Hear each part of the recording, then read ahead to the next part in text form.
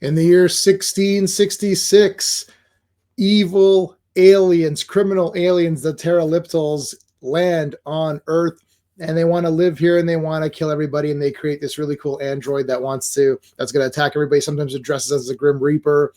All this crazy stuff happens in Doctor Who: The Visitation. This is Peter Davison, Doctor Who the Fifth Doctor, one of my favorite Doctor Who's. I think this story is my favorite of the season, of the Peter Davison season. It is so damn cool. It has a lot of awesome stuff. So let's talk about the storyline, which I'm going to give a 2 out of 2 for. Look, it's a simple storyline, but it unfolds in such a cool way. And I'm gonna lump the pacing in right now and just give that a 2 as well. This one, all of the other ones up till now, there have been 4 parts, and it could have been 3 parts. This one you might think maybe drags a little bit, but I actually don't think so. The first part of this one was super fast paced. A lot of information is found out, and it starts off with people just living their lives, and you're like, is this Doctor Who? Like, what is this? It's not him fumbling around in the TARDIS and Tegan, I want to go to Heathrow.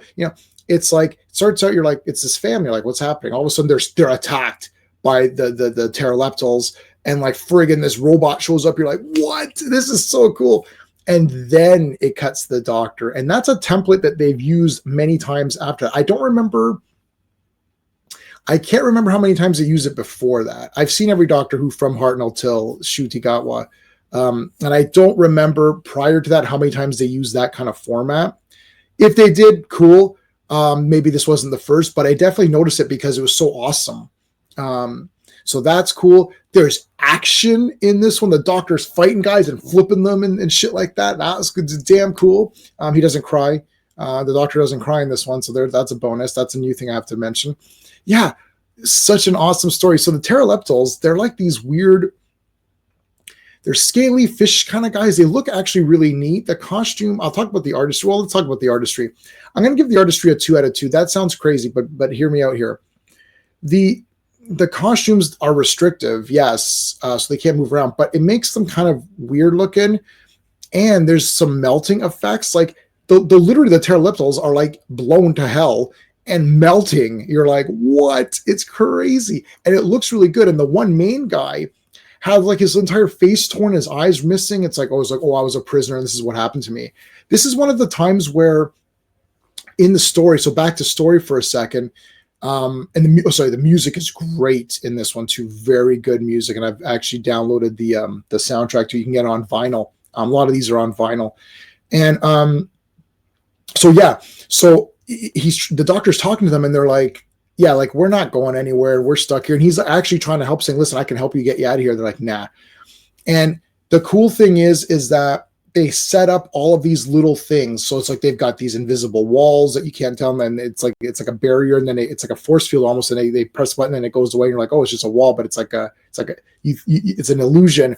They have, they use these bracelets to control some humans. So they are able to capture some people and control them. That's cool too. There's a lot of Doctor Who things in this one episode. You got a historical episode, which are always kind of fun. Cool aliens. I can't think of anything wrong with this one. I thought this was friggin' cool, man. This is a cool episode. This is only the second time I've seen this one. I ended up watching all the features on the Blu-ray as well. Very, very well done. This one is definitely my favorite of this season. So good. The characters, wow. 2 out of 2.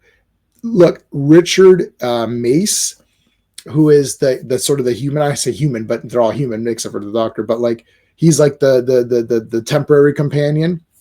He's this highwayman. He's a robber, and he's got the 2 muskets and everything. He is the damn best. I wanted him so badly to become a companion. I'm like, he needs to be a companion going forward, right? He is such a unique and fun character. Like, he was before the plague and everything took over. Plus, this has a lot of real world stuff too. So I'm flipping back with the plague and the rats, and there's a fire, And at the end, they show you. I don't know, like, history of London or whatever, but I researched it, and like, yeah, there was this fire, which actually helps stop the plague or whatever back in that time. So very interesting that they say that the doctor sort of caused that. I love when they do stuff like that, like Pompeii and everything. Anyway, but this guy's so wicked. So he was an actor. So everything he says is very like, yes, how are you? And so he's an actor from that time period, and they're not known for their subtleties. So he's an actor, but now he's turned into this like survivalist rogue character, because all these people are being mind controlled, and they've lost their minds, and there's also the plague and everything. The doctor gets captured, has to escape. Like Mace does stuff. They're able to do stuff with Nyssa. Nyssa's building this really cool machine. She's got to take down the robot, the android. And they even explain why he looks so. He's very colorful and has all these beads everywhere. Well, the thing is, the pterodactyls really like art and war, so they make things look pretty, even though they're pretty, but they function for war. I like that. Really damn cool idea. Tegan is involved a lot as well. Adric is doing stuff. Adric's moving the TARDIS around. Everyone seems to be running around. A lot of the times in these Doctor Who stories, they usually take one or two companions and they shove them off to the side, like, oh, Nyssa's, I'm not feeling well, and then that's it for her. So you don't see her. Or like Tegan's captured, and then she's just captured for the whole entire thing, and then that's it. This one, the enjoyment factor is a 2. It's a 10. This is a 10. You knew where this was going. This is a 10 out of 10.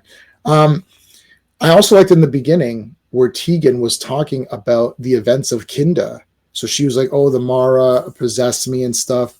So you don't get too many overlaps like that. It showed that there was a psychological effect. It actually made me like Tegan way more, because she's like, yeah, I can't be dealing with all of this. Like, this is crazy. Like, I just want to go home now. And you can understand why this evil entity possessed her mind. So that's not great, damn. What a damn good episode. 10 out of 10. I loved it. Loved every second of it. This is one of the best ones. Peter Davison has some of the best stories of all of Doctor Who, and some of his like are better than even like going back to Tom Baker, or like John Pertwee's my personal favorite Doctor if forced to pick one, but I really love them all. Not that of the 12, I like the 12. All 12 are really cool. But Peter Davison is slightly underrated. He's got great stories, and he's like your kind of good, solid, just like Doctor. Like just going to get stuff done, right? Tom Baker's weird and wacky, and it's like you can trust him to get it done, but you're like, what is he up to? Like Peter Davison's just like, we need to get this stuff figured out. Let's go. He's like, getting shit done, Doctor. Hartnell's just going around the universe, doesn't care, right? You've got the tramp, Patrick Troughton, having fun and jumping around and just having a ball. Then Pertwee's all like serious and, oh, we've got to get out of here. But like almost like, I don't want to say it's more like he's amusing himself, like he does things that amuse himself. But Pete Davison is just like let's get it done. I like him a lot. I think he's really great. Anyway, love this episode. 10 out of 10, guys. Please like, subscribe, check out the rest of the Doctor Who stuff. Lots of other things on the channel as well. Thanks for watching. Hey friends, you've just been listening to J-Man, and he is the smartest person who ever lived. So make sure you like and subscribe.